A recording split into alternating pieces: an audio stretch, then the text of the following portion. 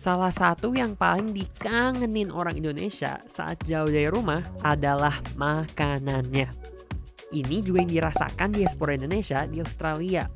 Pada tahun 2022, ada sekitar 96.000 orang kelahiran Indonesia yang tinggal di Australia. Jadi nggak heran kalau di Australia ada banyak makanan Indonesia. Kalau kamu ngomongin makan Indonesia yang ada di Australia, pasti banyak orang Indonesia yang akan nyaranin kamu pergi ke Sydney.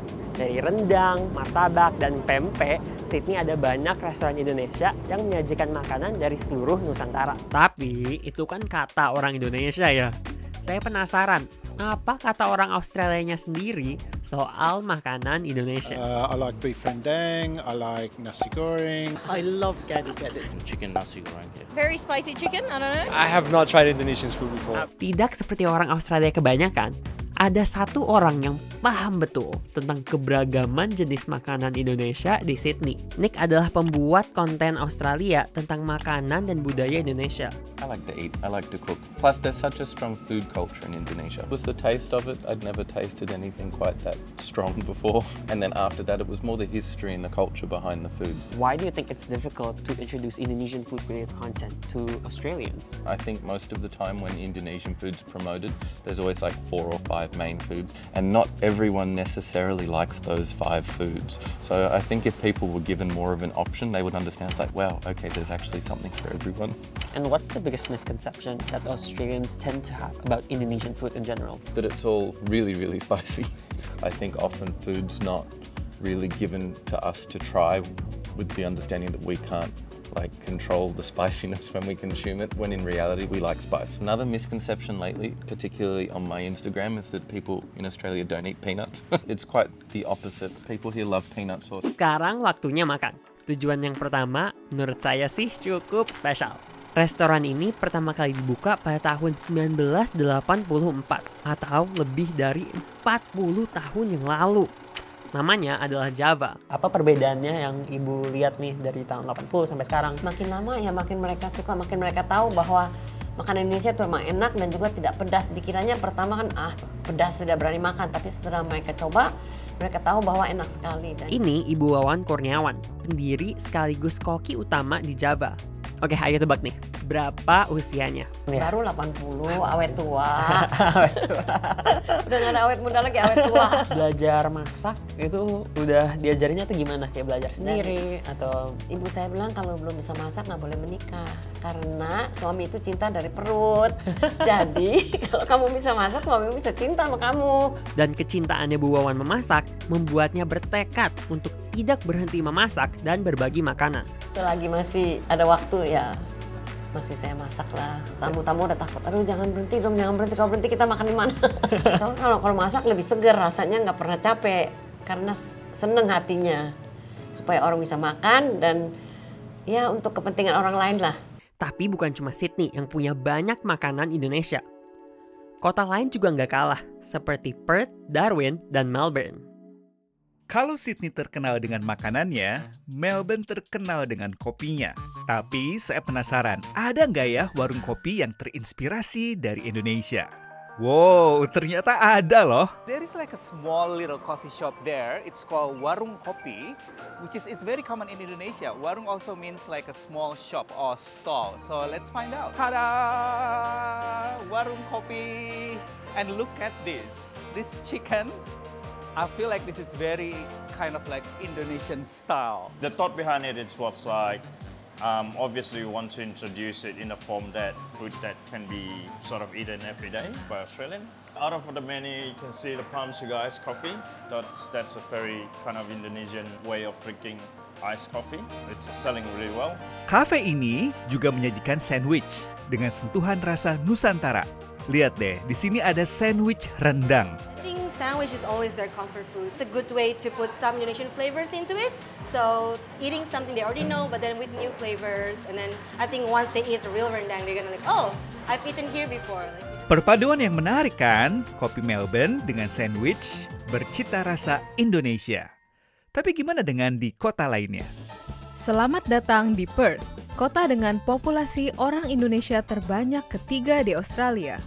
Walau bukan ibu kota kuliner Indonesia di Australia, Ada banyak hal unik loh dari Perth.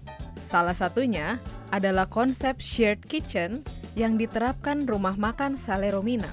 Pasangan Catherine dan Aan adalah pemilik restoran ini.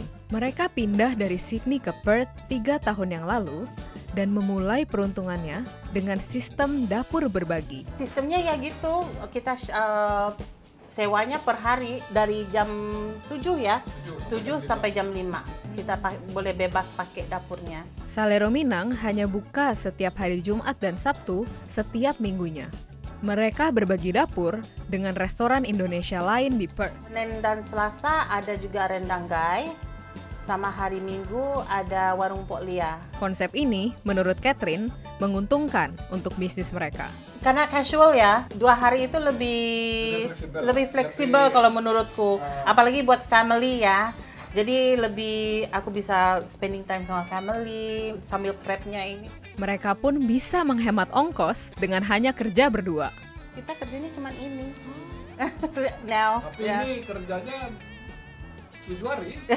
Kerjanya 7 hari. Even karena 2 hari ya. Biasanya yang makan di sini itu orang Indonesia aja atau campur juga? Kebanyakan di Indonesia, sekarang udah banyak langganan kita orang Malaysia ya. Orang Malaysia juga ada banyak. Banyak juga ya orang Malaysia yang kenal makanan Minang.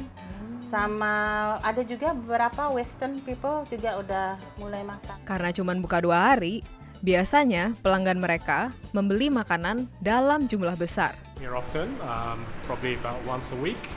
I do get the takeaway, the dendeng, which is super delicious. Wow. Recommend it. That's a lot. It is a lot. It's for a whole week's worth.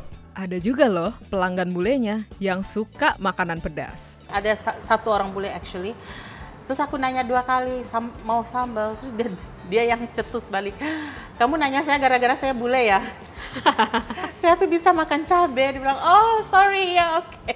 Meski pelanggannya tidak cuman orang Indonesia, Catherine tidak mau mengubah cita rasa makanannya. Pasti asli bumbunya, saya nggak mau terlalu western ini ya. Dan ada beberapa orang western yang bilang, oh it tastes exactly how it tasted when I went to Indonesia. Bilang oh, oke.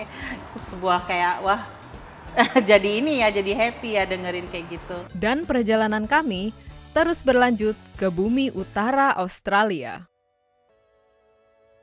Kalau untuk urusan rasa sih, menurut saya makanan Indonesia di mana-mana memang nggak ada duanya. Termasuk di Darwin, ibu kota Northern Territory. Ada setidaknya 4 restoran Indonesia di kota dengan populasi hampir 150.000 jiwa ini. Tapi hari ini saya memilih mendatangi restoran Sari Rasa yang ada di dalam salah satu supermarket Asia di Darwin. Masih orang sini suka komplain pedas gitu. Ya kita gimana ya namanya cabai ya. Lama-kelamaan mereka yang bilang kurang pedas. Nurainia mengambil alih Sari Rasa dari pemilik lamanya hampir 20 tahun yang lalu. Sejak itu, restoran yang punya menu andalan kari kambing ini tak pernah sepi pembeli. Saya gini Mbak, saya suka bilang sama Ija juga, apa yang kita makan enak itu yang saya jual. Kalau apa yang saya makan nggak enak, saya nggak akan jual. Itu prinsip saya. Izzah yang disebut Nurainia adalah anak keduanya yang kini ikut mengurusi Sari Rasa. They say only one child gets the special handover. Yeah. She comes to the shop with a motivation because she sees how people enjoy her food. And that's probably how I wake up now every day. Restoran 2 generasi ini memang ramai pembeli. Kebanyakan dari mereka adalah pelanggan setia. We both really like spicy food and this gives the opportunity to have some really nice spicy food. I have got a delicious mix of fish and beans and sambal, lots of sambal on top. Enak sekali. Sebagai generasi penerus usaha keluarga, Izzah mulai memikirkan inovasi dalam mengenalkan kuliner Indonesia di Darwin. Misalnya dengan membuka kedai sate di Mindil Beach Market. Umi and Aba's from Madura. Yeah. So sate, yes. So sate is a traditional meal in Madura. So we thought, why not take on to showcase what is from our background. At the moment, there's not much Indonesian cafe restaurants, but hopefully in the near future we can go bigger. Sama seperti Darwin, kota Australia ini nggak memiliki banyak restoran Indonesia. Padahal kota ini adalah ibu kota Australia, Canberra. Di Canberra hanya ada sekitar 1.300 orang Indonesia yang menetap di sini. Jumlahnya relatif lebih sedikit dibandingkan dengan kota-kota lainnya di Australia. Tapi saya menemukan sebuah cafe Indonesia yang menurut saya unik dibandingkan dengan restoran lainnya di Canberra. Canberra's only after hours cafe, I would say. That's right. That's us, man. Yeah. We are open from 6 p.m. till 6 a.m.